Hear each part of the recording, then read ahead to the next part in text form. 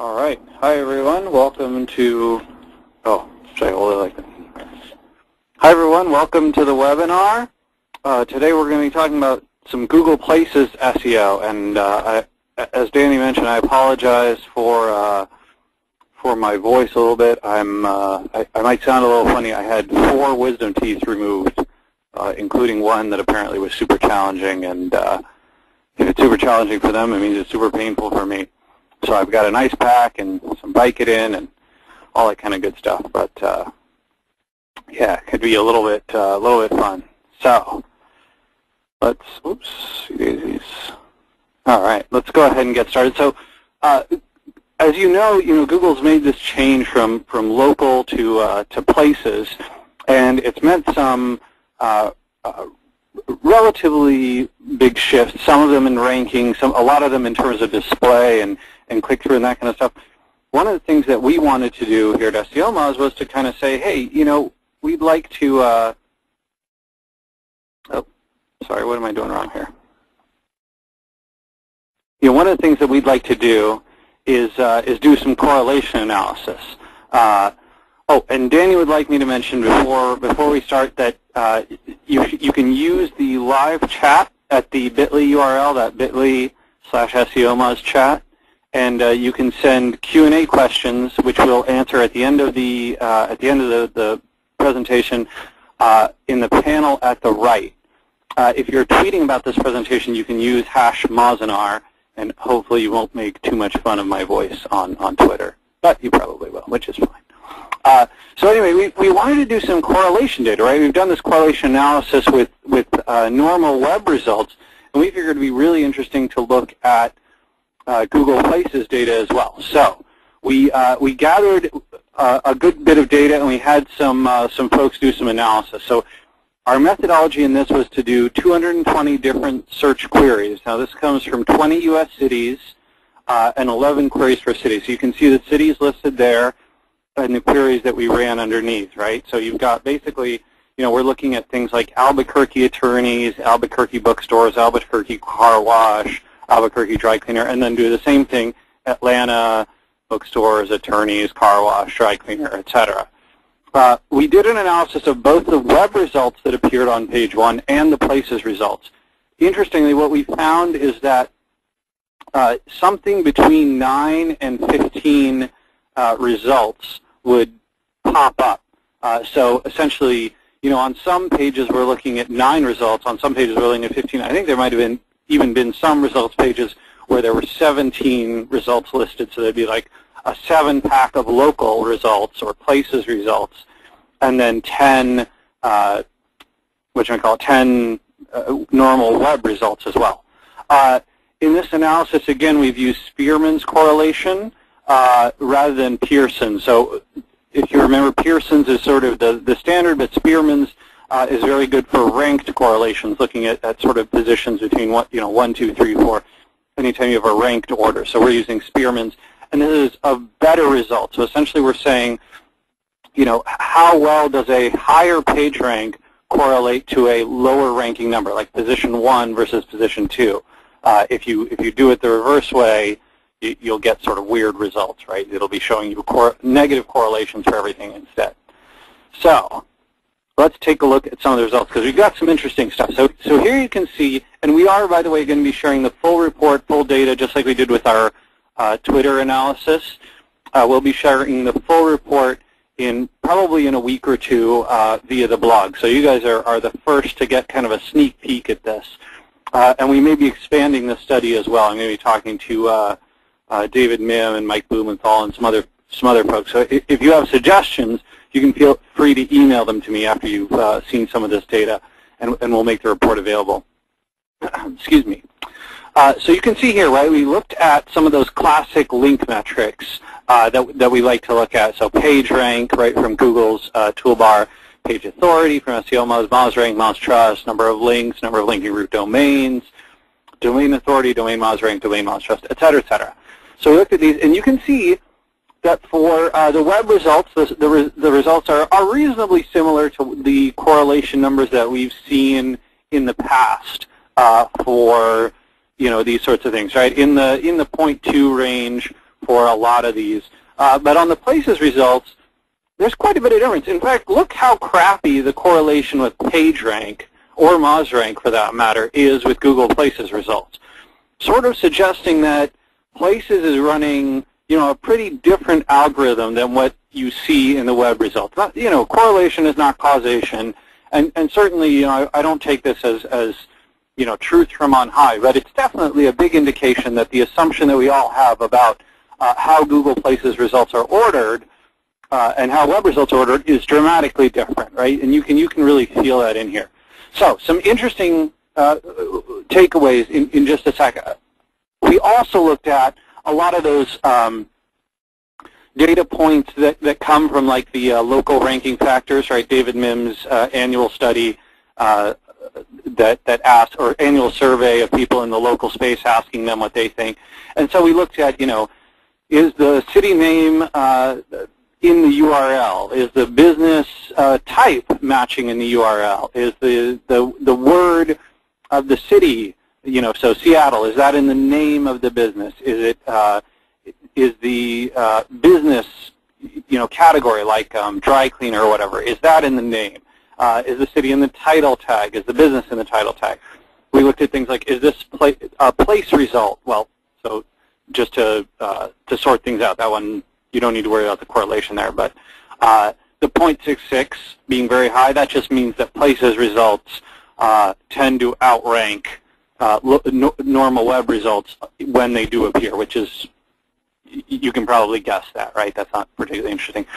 Owner verified, that's kind of interesting, right? Look at that low score for owner verified. We think of owner verification being really, really important, and hey, I mean, 0.07 it's not nothing. It certainly suggests that you should do it. It's outside, oh, I didn't mention this, but those yellow highlighted numbers, those are ones where essentially there's not a tremendous degree of statistical significance, right? So the ones that are outside of that, though, that are not yellow, there tends to be at least 2 standard deviations away from the mean, which means 98% plus chance of greater than 0 of this correlation being accurate. Now, owner verified, right? That's sort of interesting. We looked at the number of Places reviews, the number of web references, right, via the more about this place, the number of reviews from around the web, the number of reviews from Google users, number of related maps, and then the star rating, 0 to 5. And Rand, for those not familiar with correlation, can you explain that to us just a little bit? Oh, sure, yeah. So basically, correlation, the idea is saying how well do these numbers match up against, in this case, against the ranking. So for example, let's say that you were looking at a very simplistic correlation, might be something like ice cream sales to temperature in degrees, right? And in cities like New York, you can see that the hotter the day gets, the more ice cream is sold, right? And that's correlation. Now, you might assume, oh, well, we know the causation is because it's hotter outside, more people buy ice cream. But it doesn't necessarily run the other way, right? It's not, oh, well, when ice cream vendors sell more, the heat rises in New York City, right? So correlation is not necessarily causation, but it is a great way to measure sort of the, mathematically, the relationship between 2 conflating variables. Okay, so that helps a lot, Rand. Can you explain to us why you would get a negative correlation with something? Right, so negative correlation is just like positive correlation, but it's suggesting that when this matches, or when this does better, something else does worse. So for example, on the web results, right, so you can see that when the business name is in the title tag, it's a negative 0.07 correlation, meaning that results that have, so for example, let's say that it was dry cleaner, right? Results that have dry cleaner in the title are actually ranked lower than those who don't. And my suspicion there would be, well, it often tends to be the case when we looked at this in the standard web correlation from earlier this year, the big one that we did for SMX Advanced and presented on the blog. It often tends to be the case that a lot of the people who do a really good job of on-page optimization are also sort of, I guess maybe what I'd call your more aggressive SEOs. And so they tend not to rank as well as kind of some of those big brands or the people who are in lots of links, those kinds of things. So in these cases, that would be my guess, right? And again, that's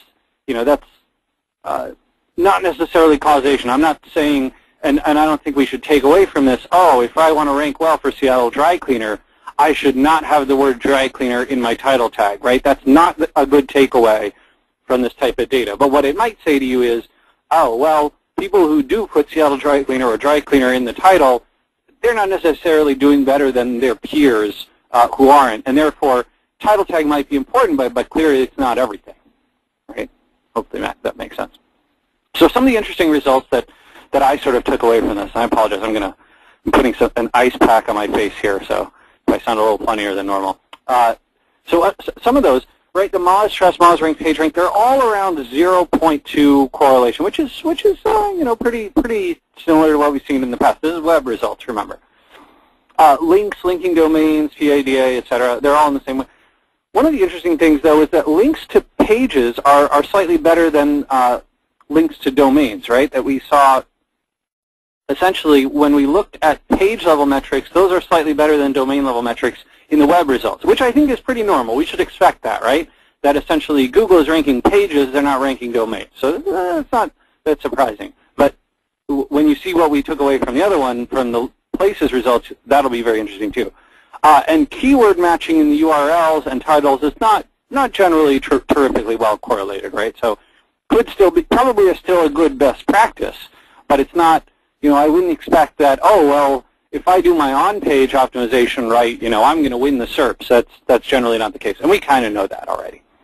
Now, places results, check it out. The domain link metrics are kind of better correlated than the page link metrics, indicating that when it comes to places, Google Places or Google Local might be doing a bit more consideration of kind of the domain as a whole, rather than that individual page. Now, an alternative theory here, which I think is certainly viable, is that it could be the case that a lot of these local businesses have very small websites, right? And so it tends to be the case then that a lot of those domain metrics match up pretty well to the page metrics and that kind of thing. And it's generally the homepage ranking anyway, so the domain metrics are going to be really similar, et cetera. Matching the city name in the URL has a surprisingly high negative correlation with ranking places. That was that. Remember, we saw that this one in the top right-hand corner here, this negative 0.17. That's a really weird one to me. I think that's kind of just darn strange to see that city match URL like that. And I'm not exactly sure what's going on there, but again, I think you could take some educated guesses in that it's possible that those people who do that kind of thing, who register like SeattleDryCleaner.com, and that's their URL for their local business website, they might tend to be on the spammier or more aggressive SEO end of things, and thus not be doing as well on some of the natural factors or natural optimization that Google's looking at than their peers who are sort of, I guess, maybe more natural businesses, that kind of thing. It could also be the case, you might presume that, well, maybe it's not a spammy thing, maybe Google just really cares about a business name listing matching the URL. And so if you're talking about, oh, okay, this is Fred's Dry Cleaner, and I see Fred's Dry Cleaner all over the web, but then his URL is Seattle Dry Cleaner, that's kind of weird. I wonder, maybe there's some disconnect there. So it could be a number of things causing that correlation. Matching the city name in the title and business name has a, relatively high positive correlation, right? So those recommendations that you get from places like, when you read David Mims' local ranking factors, right, it says, hey, try and do a good job of naming your business, say Fred's Dry Cleaners Seattle or Fred's Seattle Dry Cleaners, that kind of thing, and make sure to match that title and the business name in the claimed listing of the result, right? And those things, hey, that seems like a pretty smart idea. That weird one, owner verification having a low positive correlation, I think that's really interesting because it sort of suggests to me that maybe Google doesn't care that much about owner verification and they're looking at other signals. So if you don't, claiming your result is certainly important because you can't optimize all these things and add photos and et cetera, et cetera. You can't even buy ads unless you claim your